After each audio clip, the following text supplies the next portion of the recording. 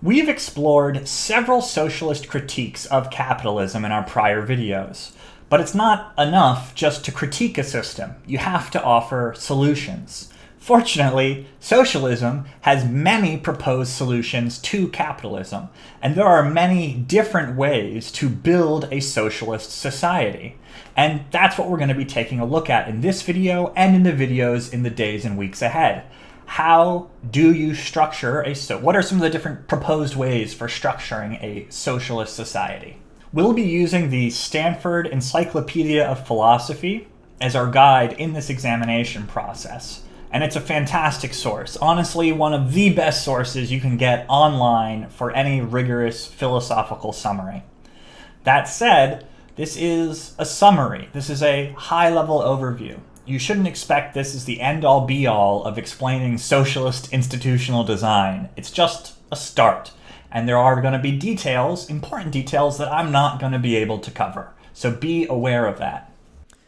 There are two main categories of socialist solutions to capitalism. The first are planned socialist economies, and the second are market socialist economies.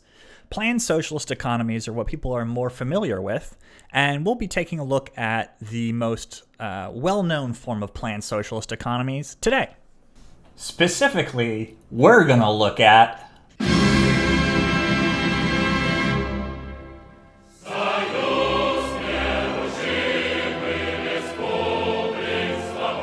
centrally planned socialism can be best understood as a top-down, hierarchical approach to socialism. First, a central authority gathers information about the productive capacity of the economy and the consumption needs of its people.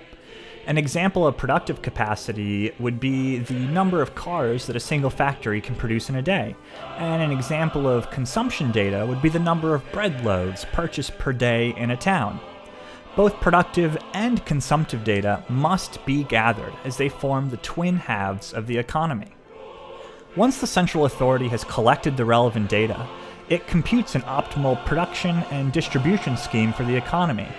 For example, this plan may instruct that car factory to produce X cars of make Y per year, and it may also allocate Z loaves of bread per day to the town from the example before.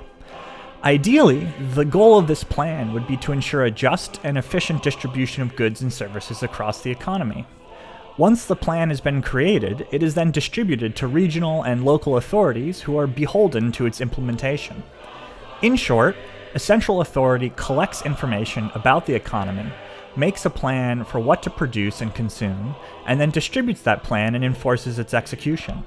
If this approach works, it can lead to the highest possible levels of equal access to consumption goods for everyone. However, there are some problems. First, it would be very hard and potentially impossible for a central authority to gather all relevant information about the economy.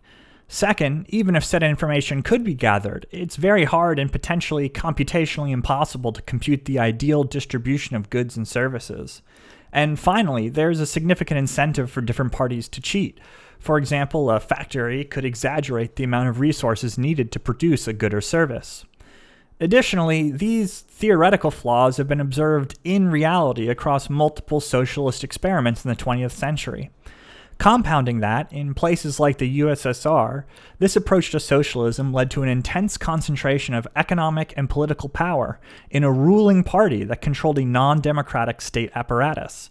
This outcome trampled on the political and social liberties that many socialists hold dear.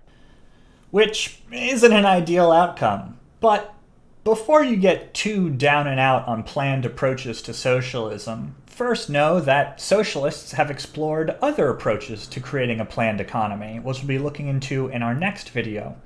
Additionally, a lot of the concerns and objections to a centrally planned economy could theoretically be overcome by sufficient cultural change and technological progress, which means that who knows what the future holds. For myself personally, I prefer some of the alternative approaches to socialistic institutional design that we'll be looking at in the coming days and weeks. That said, what do you think? Let me know down in the comments below. What do you think of a planned approach to an economy, specifically a centrally planned approach? If you liked this video and you made it this far, remember to like, comment, subscribe. You know the drill. Anyway, see ya.